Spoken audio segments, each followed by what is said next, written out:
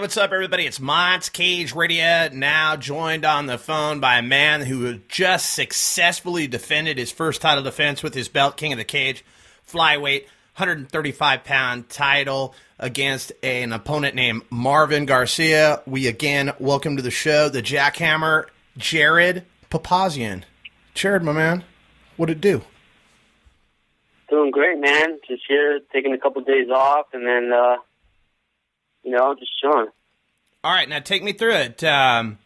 What I'm most interested in is, before you were a champion, was it harder to get up for that fight than it was to get up for this fight to defend your belt? Yeah, it was a lot harder, a lot of pressure. Normally I play the underdog role, and for this fight I had a lot of people expecting me to win, and I was expected to win this fight, so it's a little different role than the underdog role, so it was a lot harder, yeah. Okay, now take me through that. Why are you expected to win this fight? What was so dominating in your favor that you're expected to win this fight? Just because you have the belt? That, and I just came off a great win over Abel Cullum, and Marvin hasn't really fought anybody, okay. And I fought a lot of tough guys, and I have the upper hand of beating some good talent and fighting good talent. He hasn't really fought anybody. Not taking anything away from Marvin, but that was what it looked on paper, you know?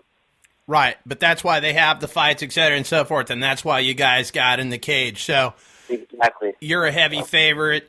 I mean, like you said, there's a lot of pressure, especially with the fans, both new and the ones that have been there the entire ride with you. You're 4-1 in your last 5 fights, all of your fights going to unanimous decisions. Take me through that. Now, when you go the distance in a 3-round fight versus the 5-round fight, I mean, you've gone back-to-back unanimous decisions. I mean, 10 rounds. What's the difference? I mean, did you have the gas tank? Did you pace yourself correctly this time? Talk to me about it, my man. This fight, I wasn't like the best. Wasn't the best performance. My weight cut didn't go as planned. I cut 15 pounds within 3 days. The day of the fight, I had diarrhea the whole fight, so I didn't really feel good in the fight. Like, coming out of the first round, I'm like, oh my God, I got 4 more rounds. So the whole fight, I'm on survive mode. I just couldn't really move. 10 minutes between warming up, I'm in the bathroom.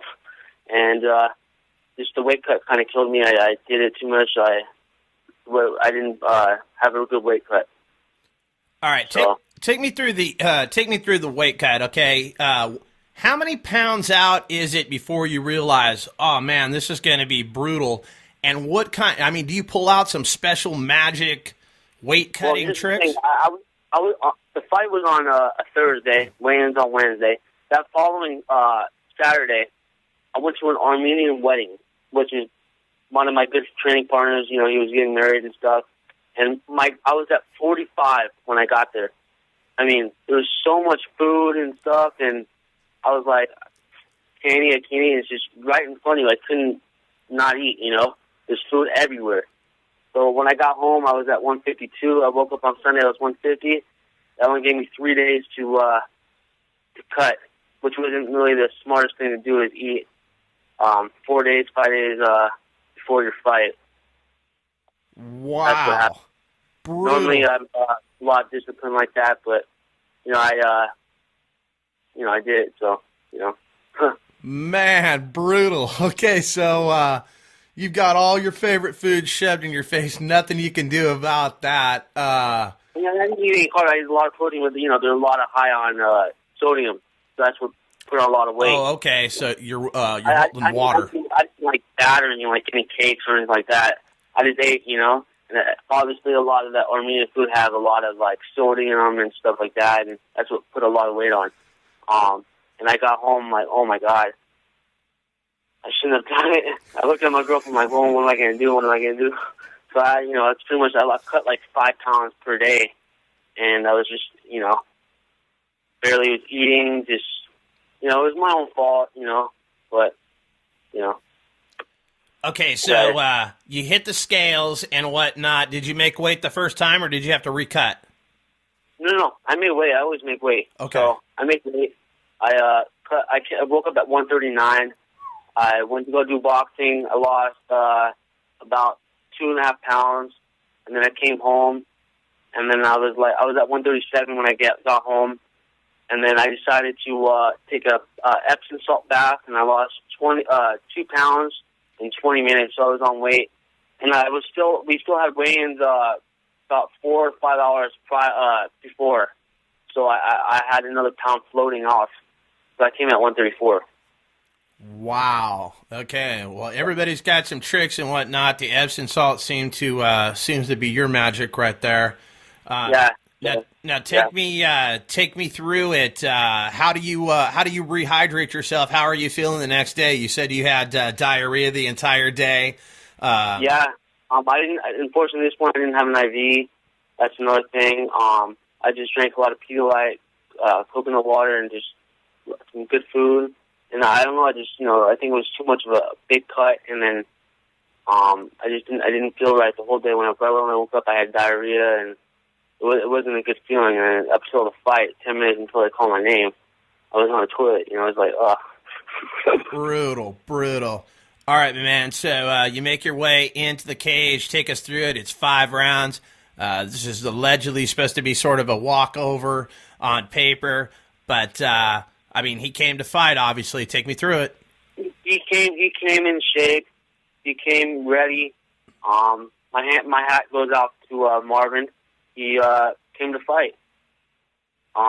First round, it was mostly a stand-up fight. I thought I almost was going to finish him, but and then after that, I came out to the second round, and I'm just pretty much in survival mode. I couldn't really move.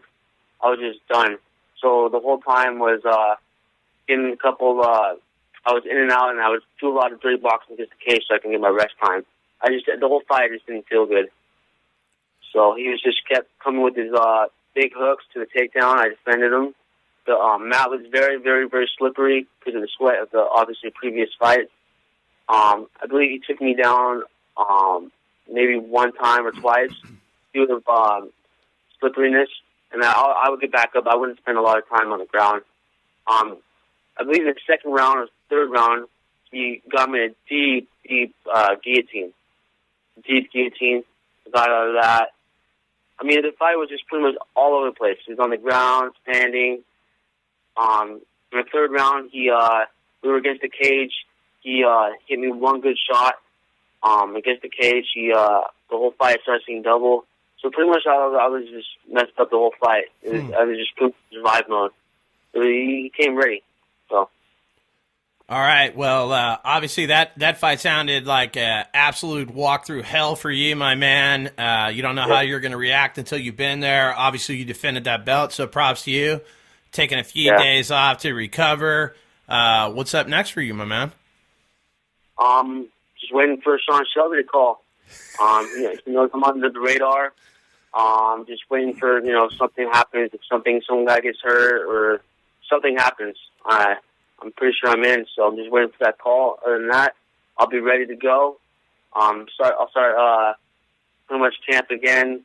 Not a full camp, 100% like I have a fight, but I'll be 80% ready. Anything can happen, so they can call me, so I'll be ready. All right. Fantastic. Well, you have to definitely, like you said, be on the radar. I don't know. They got to be blind not to see you coming, my man. Props on your title defense. Hopefully Sean Shelby is watching and will make that call. Anybody you want to shout out before I let you go, my man? Yeah, I want to thank Mott's for having me on the show. Thank you so much. I want to thank my team, Gracie Baja, Alberto Crane, PKG, Seth Zudi, my boxing coach, Leo for helping me get in perfect shape with Results Fitness, Joey Alvarado for also helping me get ready for this fight, for my strength and conditioning coach, my wrestling coach, Arnold Demizian at SK Golden Boys, my kickboxing coach and strategist, Santiago Satan, Seth Zudi, I said, also like the main event gym, Dojo Fight Gear, Dr. Harrison Lee, High Fighters, and my manager Darren Harvey from Fight Tribe Management. All And right. that's it. All right. There you And have I it. would like to also thank everybody who supported me on Thursday. Thank you, everybody. All right, there you have it. All right, champ, we definitely look forward to the next chapter in your career. Hopefully it's at the next level. If not, we wish you the best, period. I will definitely talk to you soon. I appreciate you taking time with me today. Thank you so much, Mach. All right, brother, take care. All right, thank you. Bye. Out.